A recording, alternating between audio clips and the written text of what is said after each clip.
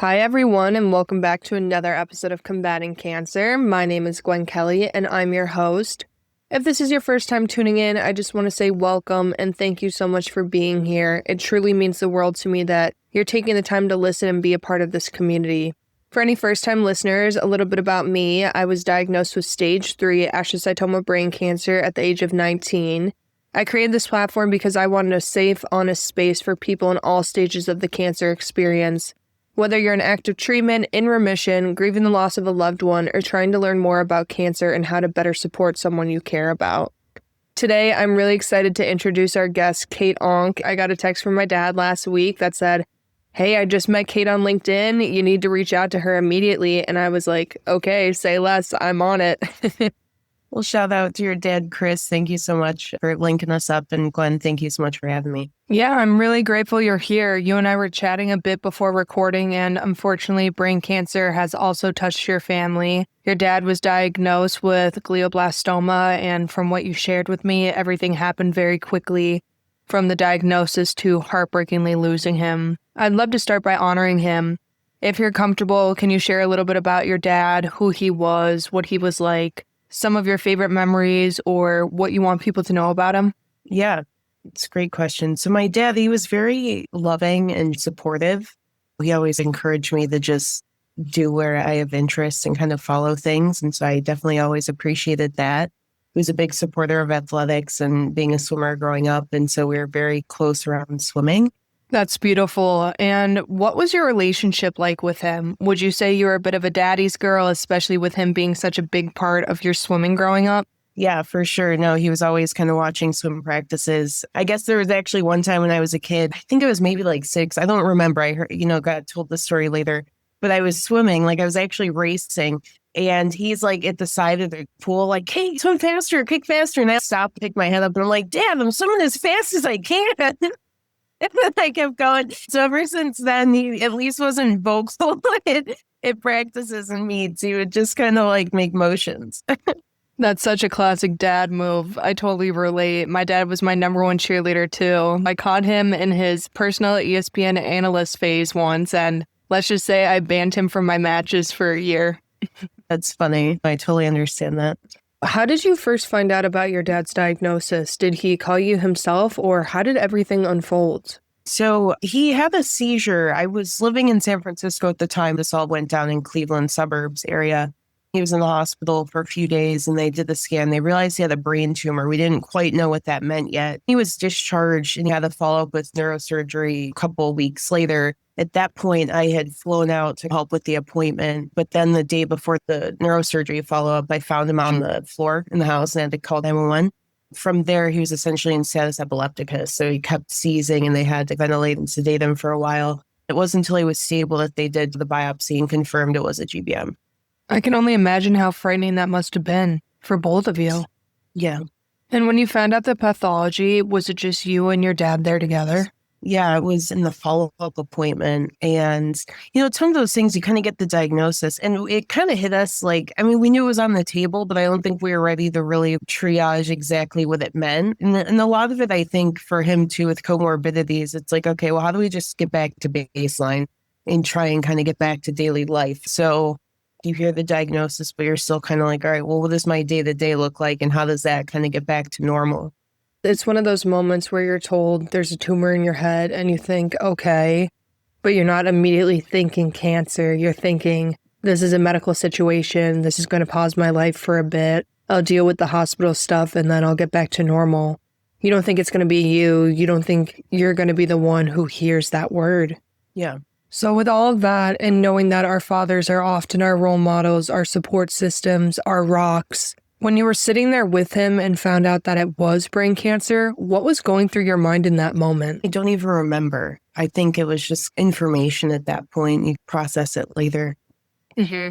Yeah, that makes so much sense. I feel like I've talked to a lot of caregivers and people who were in the rooms for those moments, and they've said something similar, that there isn't really time to break down yet. You're just focused on absorbing the information and figuring out what the next steps are. Was that kind of how it felt for you? Yeah, for sure. At that point, he had already gone through surgery and we were trying to get him back to walking again. So it's kind of like you're more kind of triaging those things. than in his case of like, all right, what's the next line of treatment? So from there, was he still in the hospital after surgery when you found out the diagnosis, or had he already been discharged? He went to an acute rehab. He was there, and then he had something else go on that kind of put him back in the hospital. And so it was a lot of back and forths, but primarily all within the hospital, acute rehab, or like a senior nursing facility for a day or two, and something would cause him to go back into a higher level of care. Yeah, that's incredibly difficult. Was he ever able to make it back home at all, or was he in the hospital for the duration? No, that's the unfortunate truth is he didn't make it back home. I just want to pause for a moment and take your time. I know this brings up a lot, and I appreciate you staying here with us and sharing this so honestly. I want to thank you for your courage and vulnerability in coming on and talking about your dad. I know how incredibly hard it is to walk through something like this and to witness someone you love going through it. It's devastating. And by being willing to share, you're helping raise awareness for so many people who have experienced this kind of loss or are currently living it. For anyone listening who may not know much about brain cancer, it's one of the most aggressive and deadly cancer diagnoses, and it often moves quickly. From what you shared with me before we started recording, the time between your dad's diagnosis and his passing was incredibly short, and that kind of rapid loss is deeply traumatic. There's often no time to process that life as you knew it is never going to be the same. It also means losing future conversations and everyday moments, like being at swim meets together or joking about him cheering too loudly and embarrassing you. Those memories matter. Cancer is just cruel, and on top of all of this, you were there helping your dad making medical decisions, something no parent would ever want their child to have to do. That takes an incredible amount of strength. I don't want to make you relive the hardest moments in the hospital, especially right now. But when you're ready, what I'd love to know is how you are doing after carrying all of this, being his primary caregiver, making those decisions, and holding that responsibility, because so often the weight caregivers carry gets overlooked, even though it's enormous. Yeah. It was interesting, I guess, at the time. I'm always very detail-oriented, I guess, by the nature of my work. But at that point, you're extra dialed up with everything. I would just take it day by day because he was in the hospital and there was one thing after another that was trickling forward, whether it was his blood sugar being out of whack more than normal, or the seizures being out of control, or he was coming out of a surgery and just needed time on the ventilator. Like, there was always something different to manage. I developed close relationships with quite a few of the doctors that I met during his case, including the neurosurgeon that operated on him. At one point, we said, my dad's not just on life support, he's on Kate support. And each day there was something that had to be triaged that was most pressing. A lot of the times, the consulting teams, or if you're the training hospital, you're dealing with residents and kind of fellows. They look at the chart, or it's a new nurse coming on for the day. They look at the chart, they see GBM, and that really clouds a diagnosis, or even kind of, I think, the scope of what they think they can do for care, because they kind of look at it as like, well, this person isn't going to live till 80 anymore. But it's like, well, let's not kind of let that cloud judgment. And so I would honestly find myself fielding a lot of that, where it's like, hey, I realize there's a brain tumor here, but we need to get this metric kind of back into place, or, trying to make the case for like a blood transfusion because his numbers could be improved, right? And so frankly, that's where a lot of my day-to-day was at that point. And that part is incredibly challenging too, still having to advocate for your dad even in those moments when different residents or nurses would come in and say things like, we're just trying to prolong his life, and yet you're sitting there feeling like you have to fight just to get the bare minimum. The same level of care and dignity that any other patient should automatically receive. And that's exactly one of the things we need to change when it comes to brain cancer. There's this stigma, this assumption that time is already up, but that's not okay. We still fight, we still advocate, and every patient, regardless of prognosis, deserves to be treated with respect, compassion, and basic human dignity. Yeah, exactly. And it's interesting that you mentioned how close you became with the neurosurgeon and the rest of the care team. How do you feel those relationships helped you throughout the entire journey? Yeah, there's a kind of many layers to this. I'll go into one more specifically with the neurosurgeon that I met. So you can imagine my dad, I'd found him, he was seizing, get him to the emergency room. Then they're waiting for a bed kind of downtown where they can do continuous EEG monitoring to really see how active the seizures are. that takes a couple of days for the bed to open up. And you can imagine I'm getting more and more ramped up on what's going on here. By the time he gets transferred downtown and the neurosurgeon, Dr. Sloan, who we were supposed to meet in a normal appointment earlier that week, right? We're finally meeting now, but bedside at the ICU. And so he comes in, he's like, well, I'm going to need to operate on your father. There's brain tumor. That's what's causing the seizures. And I'm like, okay, can I join you in the operating room? And he looks at me and he's like, where do you work? And I'm like, LinkedIn. I work at LinkedIn, but I'm here now. This is my dad. He needs a surgery. I'm in there. And he's like, well, that was outlawed in the 80s. And I'm like, really? Because I'm thinking of that Seinfeld episode where it's like people are just watching. I'm like, why can't I observe? And so it's kind of interesting because I think from there, he probably knew, okay, she's going to be a little different to deal with. She's going to be a little bit more active and engaged here. I kind of planted a couple interesting seeds at that point. One, I think my interest of getting to the root of it, right? It wasn't just like, okay, he's in the OR, they're going to handle it. It's no, I really want to understand what does the root of this look like? What are we truly trying to address? So there's this kind of beacon of like, okay, I have a personal interest and curiosity here to understand this. And B, just kind of, I think, taking that bold statement to say, hey, I don't care, I don't have any credentials. I want to be involved. And so there's kind of some interesting arcs throughout my dad being in the hospital. The neat thing is Dr. Sloan is somebody I collaborate with essentially daily nowadays. So to pivot forward to what I'm doing nowadays, I'm working on bringing a novel treatment to glioblastoma patients, combining laser interstitial thermal therapy with a chemosensitive liposome, which chemotherapy isn't. And so that was developed by my co-founder. Dr. Sloan is an expert in lit for brain tumors. Have I not been so bold back then? When I don't know, it's just kind of interesting where you come to find out that my co-founder, invents this drug to compare with this laser that the one neurosurgeon I know pretty well happens to be the guy that pioneered it for brain tumors. It's just kind of like a very small world thing where you're like, is this small world or coincidence or the universe saying there's something to look into? Yeah, that's honestly wild to think that 6 years ago this was happening in your life and now you're working hand in hand with the same people to help push forward where treatment for brain tumors stands today. That's incredible. It's clear how deeply those experiences shaped you. When cancer impacts your life, you don't know anything at first, then suddenly it happens to you and you're learning these long, complicated medical terms you never thought you'd be able to pronounce, let alone fully understand. When you lose someone you love or walk closely through this process, it lights a fire under you. You reach a point where you think, I don't want anyone else to have to go through this, what my family went through, what my dad went through. So I'd love to shift into that. Can you talk about what you're building, the work you're doing today, and how you're helping raise awareness and push treatment options forward for brain cancer patients? If we think about the treatment side of it, there's the science piece of it of, okay, what do we want to understand preclinically so that we feel confident with our phase 1-2 clinical trial plan?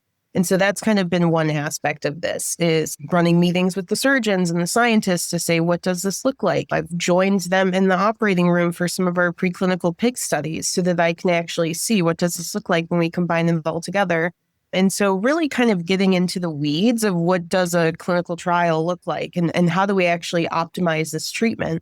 In our case, there's lots of little levers that you can pull to optimize it. And so that's what we've been digging into scientifically. Then there's some other angles around that. Well, how do you fund this science? We've been very fortunate to partner with the Musella Foundation, who has funded this work initially and then also set up the Dinko Fund for us, which allows us to collect philanthropic donations. Anybody essentially could donate, it could be $20, it could be 20,000. They could donate money to the Dinko Fund. It's a 100% tax deduction to them, and it passes through 100% to us. So it does fund the research.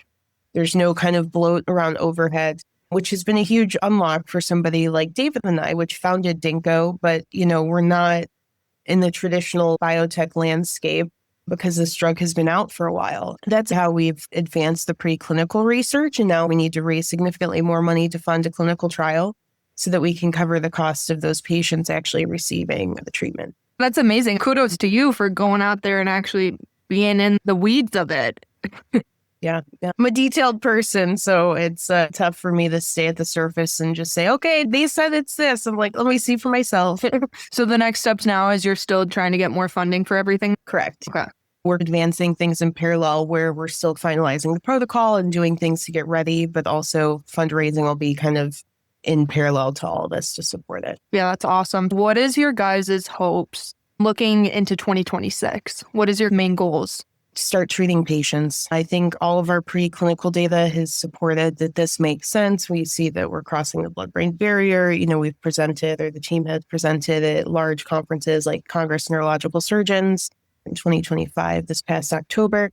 And so, there's a lot of scientific support as well as clinical interest for this. Now it's just getting everything buttoned up that you need to do a clinical trial correctly and start treating patients. I think patients are going to be interested in this. One of the things we touched on earlier is the invasiveness of these procedures, how long it takes to get back to baseline after a craniotomy. And one of the really powerful things about LIT is the minimal invasive nature of it. And really, that's just a 1 to 2 stitch closure after they remove the laser fiber, which, compared to, you mentioned the craniotomy as well, right?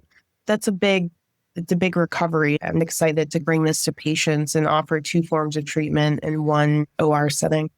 Yeah, that's incredible. And I think the fact that you were able to turn a terrible situation that happened to you and say, I'm going to do something good for other people. I think that's very hard for anyone that goes through that to have that mindset. And I just think that there needs to be more people like you and show that no matter what, you can still make an impact. Thank you. So for anyone listening, I just want to know, what advice would you give to them, not only as a caregiver, but how to change that bad situation and turning it into something positive? Yeah, I'd probably say 2 things. Stay curious, ask questions, and build relationships with people you vibe with, because that allows things to develop over time, whether it's you meet somebody else that has a similar diagnosis and you just want to relay them to somebody you have a positive experience with clinically, or, over the years, long before I got into the weeds with Dinko, I would text Dr. Sloan or email him different things like, hey, what about this or that? Being able to launch those types of curiosities out and have them land somewhere, I think was a big catalyst in me being able to pivot into this type of work. I'd say for anybody going through something like that, remain curious and stuff where you can, because it helps you have something more positive to pull on. For sure. I love that. Well, thank you so much again for coming on and sharing your story about your dad and the great work that you're doing. For anyone listening, everything about Kate and what she's doing is linked down below. If you have any funds or just passing the word to someone else that may be able to contribute to this, please do so. And as always, if you or someone want to come on and share their story or have a sponsorship inquiry, or even just want to connect with one of our past guests or have questions, please feel free to reach out. But that is the end of today's episode of Combating Cancer, and I will talk to you guys all next Wednesday.